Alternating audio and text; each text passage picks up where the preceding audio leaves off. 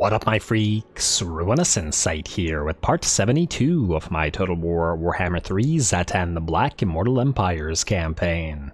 So as we saw last time, Zhatan the Black attacked the Golden Tower, last of the major, I suppose, settlements of the last defenders, but most importantly getting himself a very nice duel against the mighty Zharr. I'm guessing a warrior of Zhatan's caliber was really appreciative of the fight, and I'm pretty happy with the fact that he managed to snag the Saurus Smiter trait. I was thinking that we were going to destroy Crocky before we were able to get that trait, so I'm also very happy with that particular acquisition. Now, in terms of what we got to do this time, well, there's quite a bit. I did a lot of admin between the episodes, including recruitment and hero moves, but not the buildings and not the army moves, as per usual. So, in that light, let's begin. You know what, let's begin in order this time, because I always don't do it in order, and then we have to check in order anyway, so it doesn't change things. But Scaff, you're up next, my friend, and you're heading out to the Temple Avenue of Gold, which you cannot reach right now, so I guess you can raid for a turn. I wonder, will Teclis arrive at the Temple Avenue by the time we get there? I guess we'll find out. And Overseer True Eye, you can follow, my dear friend. We also have Delete, who is still trying to approach Scaff to actually get himself deleted. He's been trying to get himself deleted for ages now. Morgar is heading towards the Serpent Coast and the jungles here, which I don't particularly like. And in fact, I think we have to... we'll have to send Raider Vargarl back this way, most likely. We could also do like a temporary... Oh, you know what? We could just build one Sorcerer Prophet at level 50 at any one of these places, and they'll do it for us, although they'll kill everybody who tries to attack. I guess Morgar might be a toughie because he has a regeneration, as I recall, but nonetheless, I think it'll be fine. Scaff Stonebeard, you just moved. Internal Recruiter Zork, you are recruiting for a while. As yet, Yobaz Stormbreaker, you guys, can you reach Numas? You cannot, but what you can do is take Agrul Migdal, so you don't need this fireball. You can take Agrul Migdal and occupy this factory, because we'll be transferring it to our Cornate allies. Then, what we can do is move you up close to Numas, in the hopes that we get King Jocked in an ambush. But otherwise, we'll head to this place anyway. Khemri is looking to be destroyed fairly soon. Lovely, we're making our way through the enemies. And yeah, I got myself into a lot of unnecessary wars, but that's just the way I like to play this game. As in, conquer massive amounts of territory. 172 settlements on turn 105. I'd say not that bad. As opposed to, you know, holding like 10 settlements by turn 10 and building tall. It just doesn't seem as fun to me. You know, why play Immortal Empires if you're going to just build tall? But hey, for those who like to play tall, that's just my reasoning for why I play the way that I do. Anyway, that's another digression from me. Let's see. Kigal, you were the last one who moved, were you not? Wait. When did we move Kigal? What the heck? Wait, did I accidentally screw up the order here? No, I hadn't actually gotten to Kigal. I skipped somebody. Okay. Well, let's go back up to where we were. In fact, I skipped a lot of somebody's. Scaff, you moved. Thrumbage is good. Tordrek Drak Killer, you are up next. We've taken Karazakarak. It looks like there is in fact nobody at the Forest of Gloom. So we could send you this way. I guess you're all going this way. Oh, in fact, we could send you up to the mountains while Draj moves through these territories. I like that. I like that very much. In fact, we will then march stance here. I don't think anybody can reach you. At least I doubt it. And then Overseer Traino, you can grab the Forest of Gloom for us at tier 5 next turn. Like so, but also be reasonably nearby. Between the episodes, I had this tech thief identify if there was anybody there, and there was not, so... And that works for us. Draj, you are up next, my friend, and I believe you have Barak Var in your sights, and you can certainly take it. Shouldn't be any issue there. I think it's... Well, it's got defenders. I guess we could send Overseer Jeg Throng to help you out then. Just so we can auto-resolve this, because obviously this is a waste of our time. Jeg Throng, move right to there, close to Berkvar, please. Hopefully close enough that you can actually reinforce on the attack. You guys also probably need level ups, but it's fine for now. Good? Yeah. On resolve, let's see what the damage is. Not that much. Beautiful. Absolutely beautiful. And, oh. Not a bad amount for raising. 952. I wonder if Jeggthrong would be able to take it. I couldn't tell if he was in range. Well, I guess we give it a try. Raise it. And you are most definitely moving back. Oh, that's actually not that good. And the reason that that's not good is because, well, you can at least take this place. This army might be able to reach us here. I guess we're about to find out. Colonize this tower at tier 5, but at least the walls are at max strength. We also have a harbor here and Crooked Moon down. Alright, let's also build whatever it is that we need to build here. Defenses and Mega Mortar. In fact, I think for this one situation, just in case these guys attack us, what we're going to do is, let's see, 90 and 180. So let's get you like 500. What's this place called? Blood River Valley. 500 to Blood River Valley. So let's say 1, 2, 3, 4, 5. And then Blood River Valley. Oh, I just saw it. I thought it would be at the bottom, but apparently it's not. There it is. 1, 2, 3, 4, 5. Accept. And then just so that we can instantly defend it. Yes to you, and yes to you, and immediately do that, and then yes to you as well. And start building you. Perfect. Alright, that should make the place a lot more difficult to take. Donation barrel, patrol routes, and let's go for that demon smithy. Now you have something of a garrison in addition to Jeggthrong's weak little gobos. Oh, I also gotta remember that... Okay, also you don't need a potion of toughness, but we've got to remember we'll need to replace a lot of overseers. In fact, just out of curiosity, Mr. Jeggthrong, can we build a new overseer at level 50 yet? Have we gotten to that point? Level 49, yeah, it's good enough. So just immediately, let's do that. It's time to replace all the overseers with better overseers. You have nothing here, so... Also probably gonna want you to get you heroes. Yeah, it's time to start making all overseers into raiders, i.e. give them one type of each hero, as well as probably some artillery pieces, just so that they can function a little bit on their own. I don't want to go too heavy into the number of armies that we have, because I don't want to have like 50,000 armies, but, because it would make every end turn a complete hassle, but nonetheless. We want an overseer. Cowardly? Sure, why not? Cowardly. Olgafa Baruch. And you are on your Lamasu. You can keep it. We are going to go Brutal Disciplinarian here. Might as well get Mentor for those that can still be mentored, as there are a few lords that we will be keeping below max level. Let's get you Tyrant as we always do.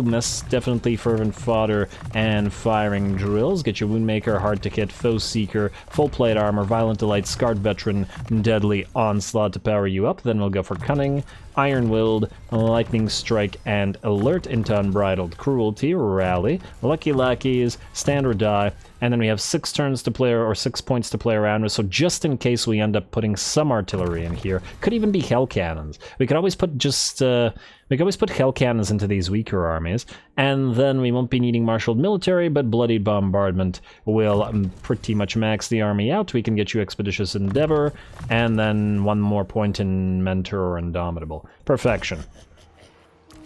You need points, you have 1 point. Do we care where we spend it? Bandolier. Right there. Oh, I probably shouldn't have... Oh, you know what? Screw Bandolier. Get another point in Mentor. I've never seen these guys ever run out of ammo, so it's not like Bandolier is going to do anything for us. Anyway, there we go. We'll probably have to get you heroes as well, but we can't build anything but sorcerers here, and we don't need to. Well, let's keep moving through that. Sorry about that. I will do the next time that we need to do that between the episodes, i.e. replace an overseer. It's just that with Alaric Ranulfson here, I was concerned that we would get attacked, so we had to do it right now. Anyway, Overseer Blackbeard. Yes, so you two... And I want you to do is you to move here, and Blackbeard to follow.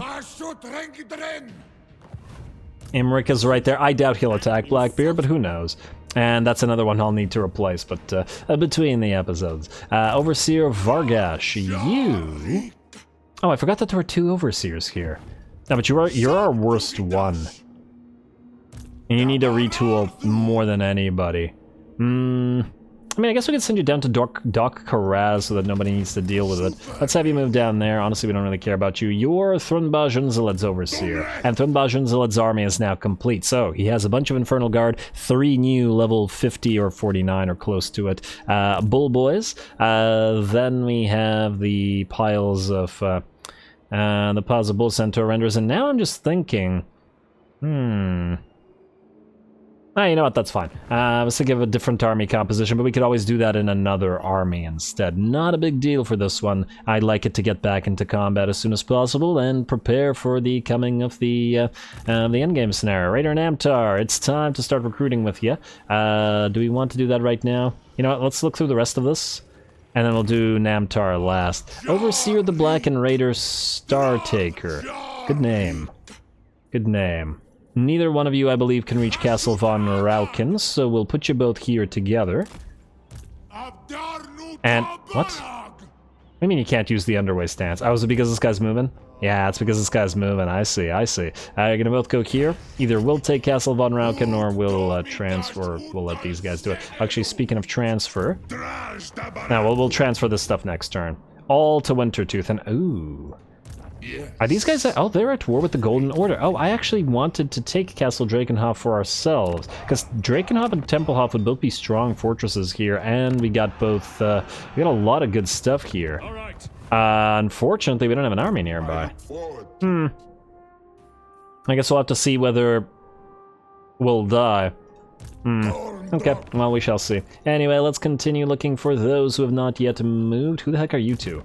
And why have you not moved? Oh, right, you're going to be part of the melee army, the all-melee army, the new, the Sword of Cain army. Yeah, you just sit there.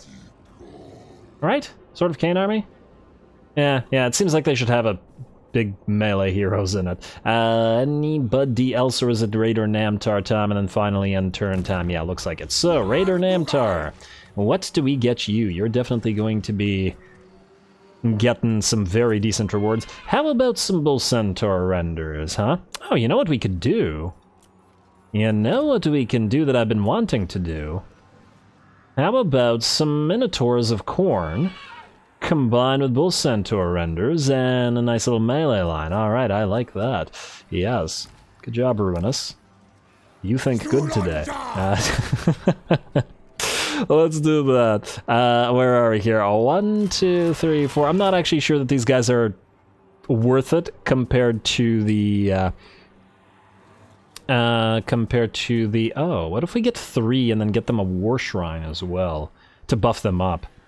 I'm just thinking they're not worth it compared to the Bull Centaur renders, but nonetheless, do Legion of Chaos have any War Shrines available?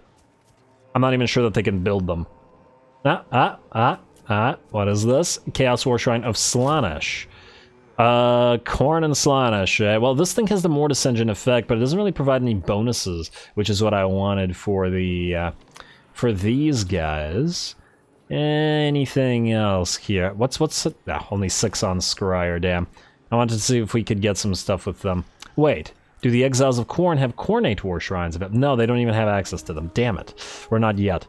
I was thinking maybe switch that out and then build a bunch of other stuff. But oh well. Like, for example, Dragon Ogres, which we do have available. Who's better? 34-32, 32-45. They hit identically hard. But these guys have Frenzy and Bloodgreed and Khorne Blessing, though. And more armor, so I think they're probably better. It's just that these guys have anti-large. Well, either way. Doesn't change the fact that we can't build that War Shrine, and we can't afford Tzeentch stuff, so we can do this. We'll build 4, and then we will build, let's say 4 of these guys. So if these guys are going to provide the anti-infantry, we will build 4 anti-large Bull Centaur renders with great weapons, so we'll need 3 capacity for them. Hellforge, Hellforge, 1, 2, 3. Oh, everything's above 1,000 except Hell Cannons, which is why we're probably going to put Hell Cannons in other armies. Then you can go global, take out, let's say, well, the Cab, since they're replacing Cab. And then you can go 1, 2, 3, 4. Very nice. Then we'll need a proper melee line. So we're going to take out you guys. And we're gonna replace you, you know what, maybe 4 shielded... shielded Infernal Guard, perhaps? Let's do that. Where are the Infernal Guard? Oh, it's also at 1,000. 1, 2, 3, 4. Oh, the expense. The terrible expense. Then yeah, we could get Chaos Warriors, but you know what? I think we're gonna start using Chaos Warriors in Raider armies to make them stronger. Anyway, 1, 2, 3, 4. Good. Then 3 of these will be taken up by heroes. So these slots will be heroes, and then we'll have room for 1 thing. Which to me says if we're going to have 1 thing as a reward for Raider Namtar, we're going to get him a train. Let's say an Iron Demon Dreadquake Mortar, or a Skullcracker Dreadquake Mortar to go with the melee units. Either way, a Dreadquake Mortar, and then I already built between the episodes the 3 heroes that we're going to get them, which is all these guys, and I'll apply those skills between the episodes. There we go. Sorry that took a while, but, you know, it happens, and yeah, new armies need to be formed, and especially as this is an army using Minotaurs, which we haven't done so. Anyway, or haven't done before. Let's build the limited amount of buildings that we have to build, skip like 10 things at a time. Should be fairly quick, and you have your defenses Crad Tommen, which means you can get another Ash level. Alright, Mount Lee. Will we be done with you soon? I'm also fairly sure that at least a few places are going to need these things switched out, but I haven't been paying attention to that, but, well, whatever, we'll deal with it. We'll deal with it later. You have a Incinerator. Wait, no, your outpost. It sounds like we really need these anywhere anyway. Let's go for... Ash level. No. Wait, we already have the lava fields. Yeah, Ash level. Okay, Northern World's Edge Mountains. Money to you, and Sorcerer Prophet's Estate. I guess I could have been building incinerators in all of these places, but whatever. We'll see. If we have to rebuild some stuff to build some incinerators later on, then we'll do it. Red Wastes. Yeah, incinerators help with armament production, right? Yeah, raw materials consumed. 15% is nothing to sneeze at, if it in fact works, and I'm not entirely sure that it does, to be honest. You have no Ash level, and then out of this, there's only the Temple of Hashut, which we cannot afford, so we'll wait on that. You guys will get upgrades, and then as soon as we're done here, we end the turn. Here, Southern World's Edge, here and here. Devil's Backbone, yes, keep building those defenses. We got 2 more turns, so just about 1 more turn. No materials, let's see. So our labor is about to come into use very shortly. Alright, keep building.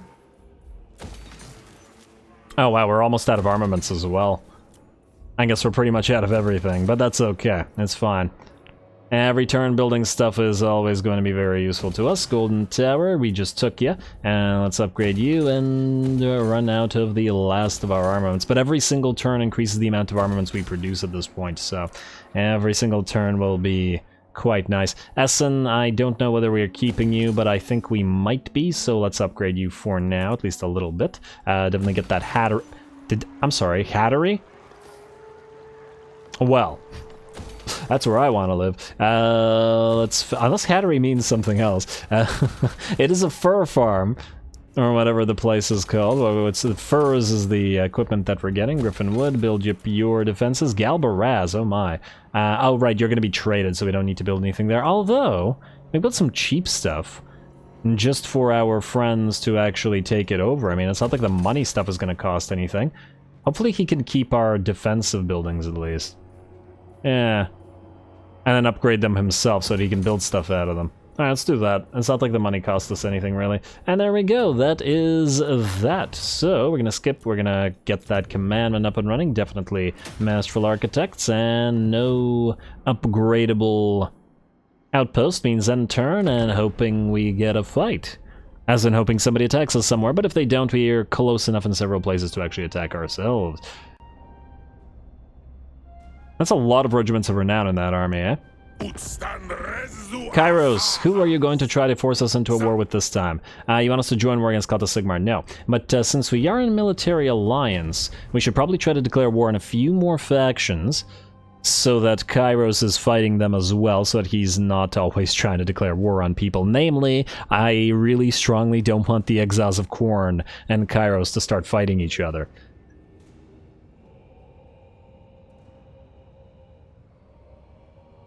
which is a distinct possibility because the two aren't usually too happy with each other.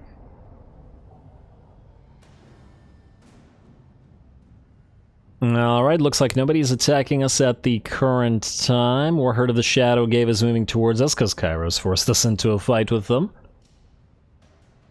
And we were obviously not going to decline it since we've invested so much in having him as an ally.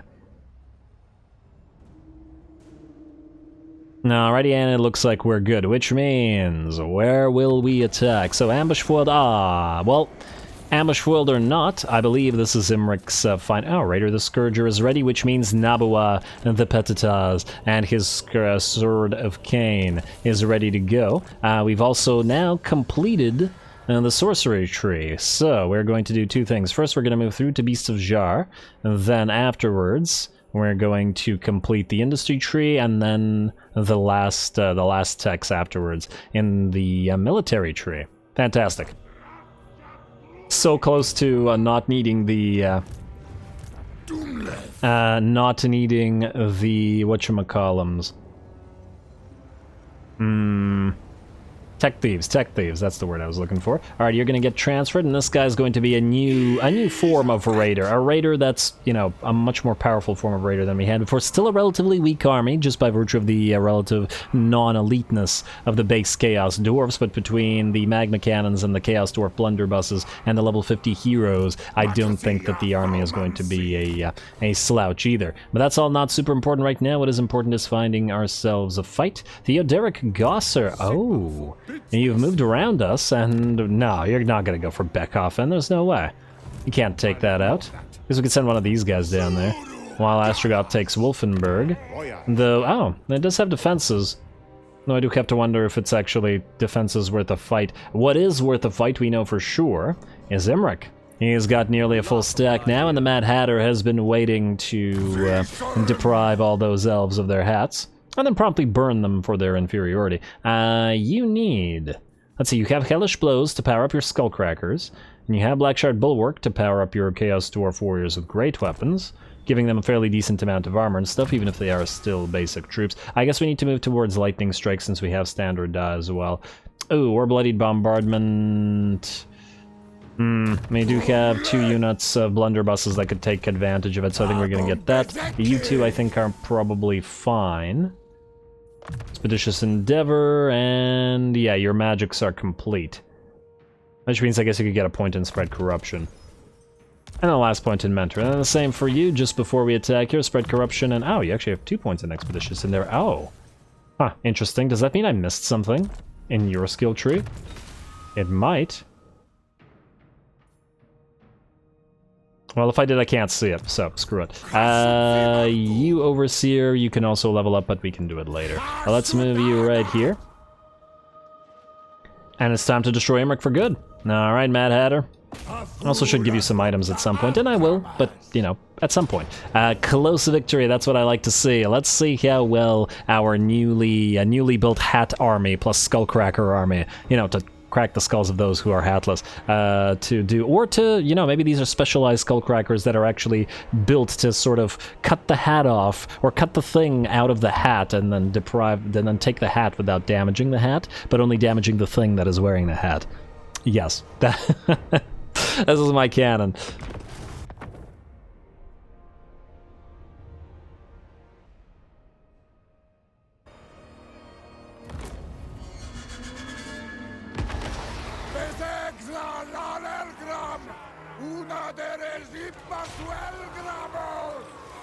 Alrighty, here we go. Zhatan, oh, not Zhatan, the Mad Hatter of Zharr, probably very happy about the fact that his Skullcrackers are finally here and are ready to do some work. There is an Imrik here as well, of course, but really I'm more interested in the Skullcrackers right now because we've already brought Imrik down several times throughout the campaign, on top of the fact that we haven't had too much playtime with the Skullcrackers, and I'd like to see what they can do. Of course, the battle will be opened up by those Dreadquake Mortar Skullcracker trains, and I'm sure I'm sure they'll do pretty decent damage to the relatively weak enemy troops. And ooh, looks like a fireball heading towards our mage, who I actually had him use an Overcast Spirit Leech on Imrik, but not only does Imrik have 26 ward save on top of 25 spell resistance, taking very little HP damage, plus regeneration meant that he basically took no damage and recovered it completely,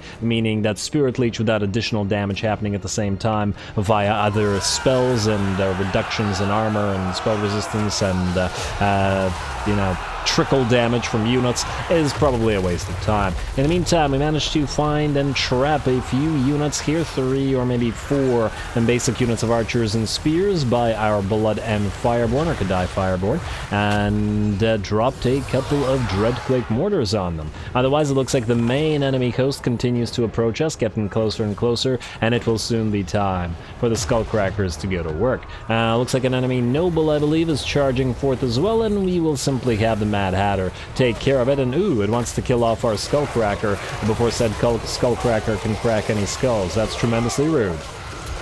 And that's most definitely not what we want to allow, so the Skullcracker will probably bypass this, and the rest of the army will head towards the enemies as well. Finally. And yeah, there's dragons fighting at the same time, but this is what we're here for. And there we go, charging on through, and that's a very bloody charge, and it looks like we are able to move right through that that little formation, pretty much everywhere where the Skullcrackers charge, and ooh, that steam expulsion as well. I can't wait to see how strong these things can get when we have more manufactory buffs on them. Poor archers trying to run away from getting caught in all that disgusting weaponry, and of course that Dreadquake mortar support helping out. I guess these things are a little bit like chariots in some ways, in that they clearly want a little bit more micro, so I'm just sending them to charge various units, but they do, from the past experience, seem to do fairly decently at just hanging out in melee as well, so it's fine. Alright, come on, mince some spears, there we go, catch up to them. They should be too slow to run away from you. I feel like they could have added a few more just like bloody animations to this thing though, like things just occasionally explode when it charges them, but there's nothing like, I don't know, an infantry unit getting caught on one of the spears or the spinny thing or one of those. Well, I take it these are the actual Skullcrackers. Considering how good some of the sync animations are in this game, I think they could have done at least a little bit more with the Skullcrackers. Anyway, the Skullcrackers doing good, chasing off a lot of units who are running away from them. Looks like the Noble versus the Mad Hatter duel is very, very close. Look at that. Noble is down to 400 HP and we're at 1400, and both in very low HP, but it looks like we do manage to win this one out. Though the Mad Hatter, to be fair, is low level, doesn't have items, and does not yet have well, I guess he has one item, and does not yet have any points in his skill line. Imrik, in the meantime, is getting surrounded, summoned Fireborn, and tons of Gobos and hat-wearing Chaos Warriors with great weapons, but he's barely feeling it, Imrik, I mean. And on top of that, he has his bound Burning Wrath, or not Burning Wrath, bound Piercing Bolts of Burning, which does a lot of damage to one of our poor Gabo units. Though once again, we don't really care that much about Imrik. It actually looks like the battle is pretty much over. The Skullcrackers did their thing and decimated the enemy army together with the with these big hatted Chaos Dwarf Warriors with great weapons. Alright, well, swell. I'm excited to see at the end of the battle how much damage these Skullcrackers managed to do compared to, for example, the Chaos Dwarf Warriors there. They both went into combat at roughly the same time. I also want to point out that Imrik badly hurt the Steamsmith Sorcerer. He also badly hurt one of the Overseers while the other one was fighting the Noble. And yeah, Imrik is scary. Imrik is extremely scary. But fortunately, we don't need to deal with him, and I believe this faction will now be destroyed and chase down a few... Oh, was that one unit or two units that just got ripped apart by a Dreadquake mortar shot? Man, Imagine, you see like whole units running away with like, I don't know, dozens, if not probably dozens of units, and then you're there by yourself or with like a couple, and then the Dreadquake Mortar decides to target you instead. And this guy in particular. Anyway, there we go. Decisive victory. Imrik is done for, and we will not be seeing his like again. He probably should have confederated while he had the chance to respawn on Ulthuan, which is frankly doing pretty good. Also, I just realized that the dragons may require some dental work.